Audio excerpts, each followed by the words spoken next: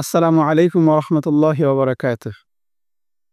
الحمد لله حمدا كثيرا طيبا مباركا فيه الذي كرمنا وشرفنا بوارث نبيه الكريم وعلى آله وأصحابه أجمعين. قال الله سبحانه وتعالى في كلامه المجيد وفي فرقانه الحميد: يا أيها النبي حرض المؤمنين على القتال إلى آخر الآية. সম্মানিত দর্শক, কাছে এবং দূরের যে যেখান থেকে আমাদেরকে দেখছেন, আপনাদেরকে জানাই আন্তরিক মোবারকবাদ। আজকে আমরা একটি গুরুত্বপূর্ণ বিষয় নিয়ে কথা বলবো, সেটা হচ্ছে গজওয়াতুল হিন্দ। গজওয়াতুল হিন্দ এত গুরুত্বপূর্ণ কেন? আমরা জানি আল্লাহ রাসূল সাল্লাল্লাহু আলাইহি ওয়াসাল্লাম যখন জীবদ্দশায় ছিলেন তখন তিনি সাহাবায়ে কেরামকে বিভিন্ন যুদ্ধে প্রেরণ করেছেন এবং সশরীরে নিজে কিছু যুদ্ধে অংশগ্রহণ করেছেন। আল্লাহ রাসূল সাল্লাল্লাহু আলাইহি ওয়াসাল্লাম যে সমস্ত যুদ্ধে অংশগ্রহণ করেছেন ওগুলোকে বলা হয় গাজওয়া। আর যে সমস্ত যুদ্ধে তিনি নিজে অংশগ্রহণ করেননি বরং সাহাবায়ে কেরামকে প্রেরণ করেছেন সেটাকে বলা হয় সারিয়া। এছাড়াও আল্লাহ রাসূল সাল্লাল্লাহু আলাইহি ওয়াসাল্লাম যে সমস্ত যুদ্ধের ভবিষ্যৎবাণী করে গিয়েছেন ওগুলোকেও গাজওয়া বলা হয়। এ কারণে সাহাবায়ে আজমাইন আল্লাহ রাসূল সাল্লাল্লাহু আলাইহি ওয়াসাল্লাম জীবিত থাকতে তার সাথে যুদ্ধে অংশগ্রহণ করেছেন, বিভিন্ন সারিয়ায় অংশগ্রহণ করেছেন।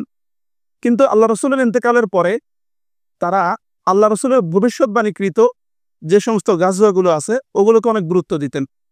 যেমন আমরা জানি আল্লাহ রাসূল সাল্লাল্লাহু আলাইহি ওয়াসাল্লাম কনস্টান্টিনোপল সম্পর্কে ভবিষ্যৎবাণী করেছেন, লাতুফতাহুন্নাল কুসতানতানিয়া ফালা নি'মাল আমিরু আমিরুহা ওয়ালা নি'মাল জাইশু যালিকাল জাইশ। আল্লাহ রাসূল বলেন, অচিরেই তোমরা কনস্টান্টিনোপল বিজয় করবে, কতই না উত্তম সেই আমির, কতই না উত্তম সেই বাহিনী। এ কারণে হযরত আবু আইয়ুব আনসারী রাদিয়াল্লাহু তাআলা আনহু ৮২ বছর বয়সে জীবনের একদম শেষ লগ্নে যখন তিনি শুনতে পেলেন যে মুসলমানরা কনস্টান্টিনোপল বিজয়ের উদ্দেশ্যে রওনা করেছেন, তখন তিনি তাদের সাথে রওনা হয়ে গিয়েছেন। এটা হচ্ছে ৩১ হিজরিতে। তেমনিভাবে গজওয়ায়ে হিন্দ সম্পর্কে আল্লাহ রাসূলের যেহেতু ভবিষ্যৎবাণী আল্লাহ রাসূল করে গিয়েছেন, এ কারণে গজওয়ায়ে হিন্দ সম্পর্কে সাহাবায়ে আজমাইন, তাবেঈ, আইম্মায়ে মুজতাহিদিন সকলেরই একটা আগ্রহ ছিল। তো এ সম্পর্কে আবার আমরা অনেকে মন্তব্য করে যে গজওয়ায়ে হিন্দ বর্তমানে গজওয়ায়ে হিন্দ বলতে যেটা ছিল সেটা হয়ে গিয়েছে। তো আমরা কোরআন এবং হাদিসের আলোকে এ সম্পর্কে আমরা একটু আজকে জানার চেষ্টা করব। সাহাবায়ে কেরাম আজমাইন গজওয়া সম্পর্কে কি পরিমাণে গজওয়ায়ে হিন্দ সম্পর্কে উদ্গ্রীব ছিলেন এটা হযরত আবু হুরায়রা রাদিয়াল্লাহু তাআলা আনহু এই হাদিসটা আমরা লক্ষ্য করলে দেখতে পাই। আন আবি হুরায়রা রাদিয়াল্লাহু তাআলা আনহু قال ওয়াদানা রাসূলুল্লাহ সাল্লাল্লাহু আলাইহি ওয়াসাল্লাম গজওয়াতাল হিন্দ ফাইন আদরাকতুহা আনফুকু ফিহা নাফসি ওয়া মালি ফাইন উকতালু কুনতু মিন আফযালিশ শুহাদা ওয়া ইন আরজিউ ফাইন আনা আবু হুরায়রাতাল মুহাররাব। এই হাদিসে আবু হুরায়রা রাদিয়াল্লাহু তাআলা আনহু বলেন, আল্লাহ রাসূল সাল্লাল্লাহু আলাইহি ওয়াসাল্লাম আমাদের সাথে হিন্দুস্তানের গজওয়া সম্পর্কে প্রতিশ্রুতি দিয়েছেন। আবু হুরায়রা রাদিয়াল্লাহু তাআলা আনহু বলেন, যদি আমি এই গজওয়া পাই তাহলে সেই গজওয়াতে আমি আমার মাল এবং আমার জীবন আমি সেখানে কি করব? খরচ করব। আর যদি আমি শহীদ হয়ে যাই তাহলে আমি হব উত্তম শহীদ। যদি আমি সেখান থেকে ফিরে আসি তাহলে আমি হব একজন আবু হুরায়রা যাকে আল্লাহ তাআলা জাহান্নাম থেকে মুক্তি দান করেছেন। এই হাদিসটা সুনানে নাসাইতে ইমাম নাসাই রাহমাতুল্লাহ আলাইহি উল্লেখ করেছেন। হাদিসটার মান হচ্ছে সহিহ। দ্বিতীয় আরেকটা হাদিস হযরত আবু হুরায়রা রাদিয়াল্লাহু তাআলা আনহু থেকে বর্ণিত। আন আবি হুরায়রা রাদিয়াল্লাহু তাআলা আনহু قال حدثني خليلي الصادق رسول الله صلى الله عليه وسلم أنه قال يكون في هذه الأمة بعث إلى السند والهند فإن أدركتها فاستشهدت فذاك وإن أنا رجعت فأنا أبو هريرة المحرر قد أعتقني من النار। আবু হুরায়রা রাদিয়াল্লাহু তাআলা আনহু বলেন যে আমার বন্ধু সত্যবাদী হযরত রাসূলুল্লাহ সাল্লাল্লাহু আলাইহি ওয়াসাল্লাম গজওয়ায়ে হিন্দ সম্পর্কে বলেন যে আমার এই উম্মতের মধ্যে এমন একটা বাহিনী হবে যারা সিন্ধ এবং হিন্দে আক্রমণ করবে। আবু হুরায়রা রাদিয়াল্লাহু তাআলা আনহু বলেন, যদি আমি সেখানে উপস্থিত হই এবং শহীদ হয়ে যাই তাহলে ঠিক আছে, আর যদি আমি সেখান থেকে ফিরে আসি তাহলে আমি একজন মুক্ত আবু হুরায়রা হব যাকে আল্লাহ তাআলা জাহান্নামের আগুন থেকে মুক্তি দান করেছেন। এই হাদিসটা সনদের দিক থেকে সহিহ। ইমাম আহমদ শাকির রহমতুল্লাহ আলাইহি মুসনাদে আহমদের ব্যাখ্যা গ্রন্থে এই হাদিসটিকে সহিহ বলেছেন। তৃতীয় আরেকটি হাদিস হযরত সাওবান রাদিয়াল্লাহু তাআলা আনহু থেকে বর্ণিত। আন সাওবান রাদিয়াল্লাহু তাআলা আনহু قال عن ثوبان مولى رسول الله صلى الله عليه وسلم قال قال رسول الله صلى الله عليه وسلم إصابتان من أمتي أحرزهما الله من النار إصابة تغزو الهند وإصابة تقوم مع عيسى ابن مريم عليه السلام আল্লাহর হাবিব বলেন যে আমার উম্মতের মধ্যে দুইটা দল যাদেরকে আল্লাহ তাআলা জাহান্নামের আগুন থেকে মুক্তি দিয়েছেন। একটা হচ্ছে যারা হিন্দুস্তানে জিহাদ করবে, দ্বিতীয় হচ্ছে যারা হযরত ঈসা আলাইহিস সালাতু ওয়াস সালামের সাথে যুদ্ধ করবে। তো এই সমস্ত হাদিস থেকে আমরা একটা বিষয় জানতে পারি যে গাজওয়া হিন্দ এটা হচ্ছে একটা আম বিষয়। অনেকেরই এখন প্রশ্ন, অনেকেই বলে যে এখানে এখন প্রশ্ন থেকে যায় যে এই হাদিসের আলোকে যে গাজওয়া সম্পর্কে বলা হয়েছে, যে গাজওয়ার ভবিষ্যৎবাণী আল্লাহ রাসূল সাল্লাল্লাহু আলাইহি ওয়াসাল্লাম করেছেন, এটা কি পূর্বে হয়ে গিয়েছে নাকি আমাদের সময় থেকে ভবিষ্যতে হবে? অনেকেই বলেন যে আল্লাহ রাসূলের প্রতিশ্রুত যেই গাজওয়া হিন্দ এটা অতিবাহিত হয়ে গিয়েছে। কিন্তু আমরা যদি ইতিহাসের দিকে তাকাই তাহলে আমরা দেখতে পাই যে সেই হিজরির প্রথম শতাব্দী থেকেই গাজওয়া হিন্দ শুরু হয়েছিল। সর্বপ্রথম হযরত ওসমান রাদিয়াল্লাহু তাআলা আনহু খেলাফতকালে ৩১ হিজরিতে আব্দুল্লাহ বিন সামুরা রাদিয়াল্লাহু তাআলা আনহু যখন সিজিস্তানের গভর্নর নিযুক্ত হলেন, তখন তিনি হিন্দুস্তানের বিভিন্ন অঞ্চল তিনি বিজয় করেছেন। তাহলে এটা থেকে আমরা বুঝতে পারি এটা একটা গাজওয়া হিন্দ। বনু উমাইয়ার সপ্তম খলিফা ওয়ালিদ ইবনে আব্দুল মালিকের শাসনামলে ইরাকের গভর্নর হাজ্জাজ ইবনে ইউসুফ ৯৩ হিজরিতে তার ভ্রাতুষ্পুত্র এবং জামাতা ১৭ বছরের নওজোয়ান ইমাদউদ্দিন মুহাম্মদ ইবনে কাসেম আস-সাকাফিকে সিন্ধু বিজয়ের জন্য প্রেরণ করেন।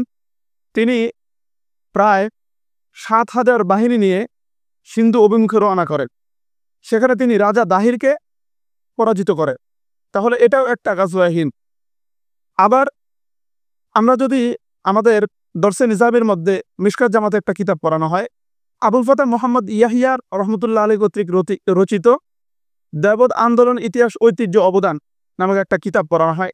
সেখানে আমরা যদি তাকাই তাহলে দেখতে পাই তার শুরুর পর্যায়ে একেবারে বড় হেডলাইনে লেখা ভারতবর্ষে মুসলমানদের আগমন ও রাজ্য বিস্তার, এর অধীনে অনেকগুলো বিষয় ইতিহাস তিনি টেনে এনেছেন, যেখানে মুসলমানরা ভারতবর্ষে আক্রমণ করেছে এবং রাজ্য জয় করেছে, সেখানে তারা শাসন প্রতিষ্ঠা করেছে।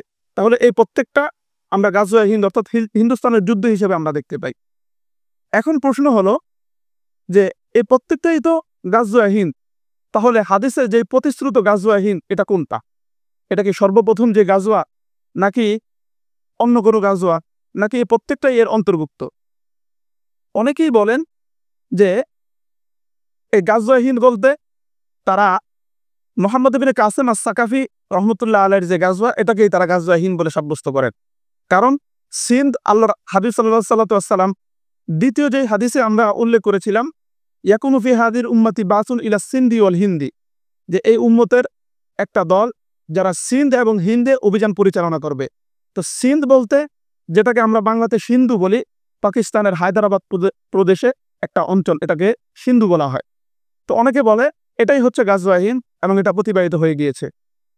কিন্তু আমরা যদি দেখি যে আমাদের পূর্ববর্তী ওলামায়ে কেরাম এ সম্পর্কে কি বলেছেন, মারিফুল কানের রচয়িতা আল্লামা শফি রহমতুল্লাহ আলাই বলেন যে এই সমস্ত হাদিসগুলোর মধ্যে গবেষণা করলে আমাদের মনে একটা প্রশ্ন উদ্রেক হয় যে আসলে গজওয়া হিন্দ কোনটা? সর্বপ্রথম যে গজওয়া হয়েছে সেটাই কি গজওয়া হিন্দ, নাকি যতগুলো অভিযান পরিচালনা হয়েছে প্রত্যেকটাই গজওয়া হিন্দের অন্তর্ভুক্ত?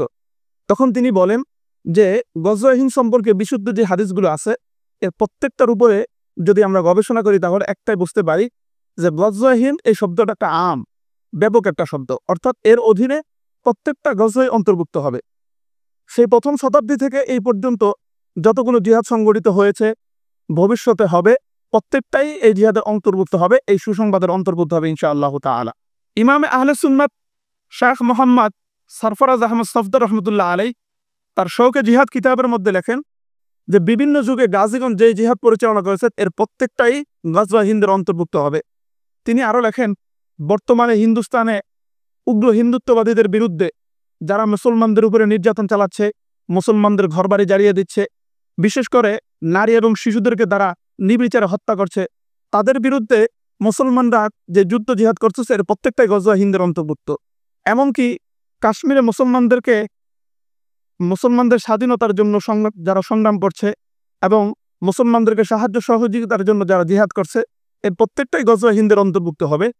এমনকি তিনি সর্বশেষ এটাও বলেন যে আজ জরুরত হয় কদম বারহানে কা, অর্থাৎ এখন আমাদের দায়িত্ব হচ্ছে হিন্দুস্তানের অর্থাৎ এই উগ্র হিন্দুত্ববাদের বিরুদ্ধে যুদ্ধে ঝাঁপিয়ে পড়া, কারণ এর প্রত্যেকটাই গজওয়ে হিন্দের অন্তর্ভুক্ত হবে। তো সম্মানিত ভাইরা আমার, এই আলোচনার দ্বারা আমরা একটা বিষয় আমরা বুঝতে পারলাম যে গজওয়ে হিন্দ এটা একটা আপেক্ষিক বিষয়। এটাকে আমরা নির্দিষ্ট একটা সময়ের সাথে আমরা বা নির্দিষ্ট কোনো গাজওয়ার সাথে যুদ্ধের সাথে আমরা সম্পৃক্ত করে দিতে পারি না, কারণ হাদিসের মধ্যে যেই ফজিলত আসছে, যেই বিষয় আসছে, শব্দগুলো আসছে, এটা আম বিষয়, ব্যাপক বিষয়। অর্থাৎ হিন্দুস্তানে যারাই অভিযান পরিচালনা করবে, যেই মুসলমানরাই হিন্দুস্তানে অভিযান পরিচালনা করবে, এর প্রত্যেকটাই গজওয়ে হিন্দ হিসেবে সাব্যস্ত হবে। ভবিষ্যতে আমরা গজওয়ে হিন্দ পরিচালনা করবো ইনশাআল্লাহ তাআলা। কিন্তু যারা মনে করে যে গজওয়ে হিন্দ হয়ে গেছে, গজওয়ে হিন্দ বলতে ভবিষ্যতে আর কিছু নাই, এটাকে আমরা সঠিক মনে করি না। আমাদের পূর্ববর্তী মুহাক্কিক উলামায়ে কেরামও এটা সঠিক মনে করতেন না, বরঞ্চ গজওয়ে হিন্দ এটা আপেক্ষিক বিষয়, এটা পূর্ববর্তীত হয়েছে, ভবিষ্যতে হবে ইনশাআল্লাহ। আল্লাহ তাআলা আমাদেরকে গজওয়ে হিন্দে অংশগ্রহণ করার তৌফিক দান করুক। ওয়া আখিরু দাওয়ানা আলহামদুলিল্লাহি রাব্বিল আলামিন।